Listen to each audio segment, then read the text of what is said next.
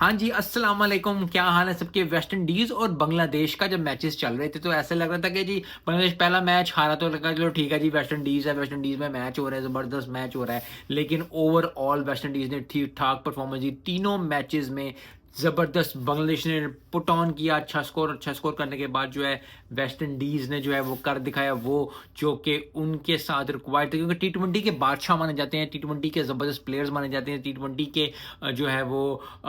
Top मानी जाती है, टॉप टीम मानी जाती है। लेकिन अब जो है वेस्ट इंडीज़ ने बांग्लादेश को हरा के ओडीआई ये बता दिया है कि ज़बरदस्त टीम है और जो जो स्ट्रेटजी अपनाई, जो कि ज़बरदस्त अपनाई, जो कि चीज़ ज़बरदस्त की, वो सबसे अच्छी बात है कि बैटिंग को लेके चले ओडीआई में, क्योंकि ऐसे होता है कि पहले 5-7 ओवर अगर 1-2 विकेट निकलते तो आपको लेके चलना पड़ता है और वेस्ट इंडीज़ ने ये शो किया है कि West Indies team is there to stay और ओडीआई में इतनी अच्छी परफॉर्मेंस देना, इतनी ज़बरदस्त परफॉर्मेंस देना, इतनी अच्छी कारकर्दगी देना आई थिंक चैंपियन ट्रॉफी में बहुत ज़्यादा हेल्प करेगी। ओवरऑल जो है बांग्लादेश थोड़ा-सा दुःख होगा, थोड़ी-सी तकलीफ होगी, थोड़ा-सा निराश होंगे इस बात से कि बांग्लादेश को कोई ना कोई एक मैच जीतना चाहिए था, लेकिन ब्रिलियंस फ्रॉम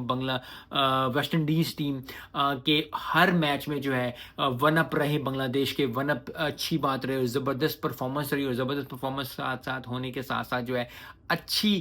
इनिंग्स खेल के अच्छी ज़बरदस्त परफॉर्मेंस दे के जो है वो ओडीआई सीरीज़ जीती 3-0 से। सो बहुत बड़ी बात है, बहुत ज़बरदस्त बात है वेस्ट इंडीज़ के लिए। आई थिंक ये बहुत ज़्यादा कॉन्फिडेंस आएगा, क्योंकि अब जो है आने वाले दिनों में यस एक अच्छी इनिंग्स है अच्छी है, लेकिन सारी टीम्स जो हैं at the end of the day champions trophy की तैयारी कर रही हैं और ओडीआई में अगर आप चल रहे हैं, अगर आप अच्छा परफॉर्मेंस दे रहे हैं तो बहुत ज़्यादा ही ज़बरदस्त बात है। मिलते हैं इस वीडियो में। अस्सलाम वालेकुम।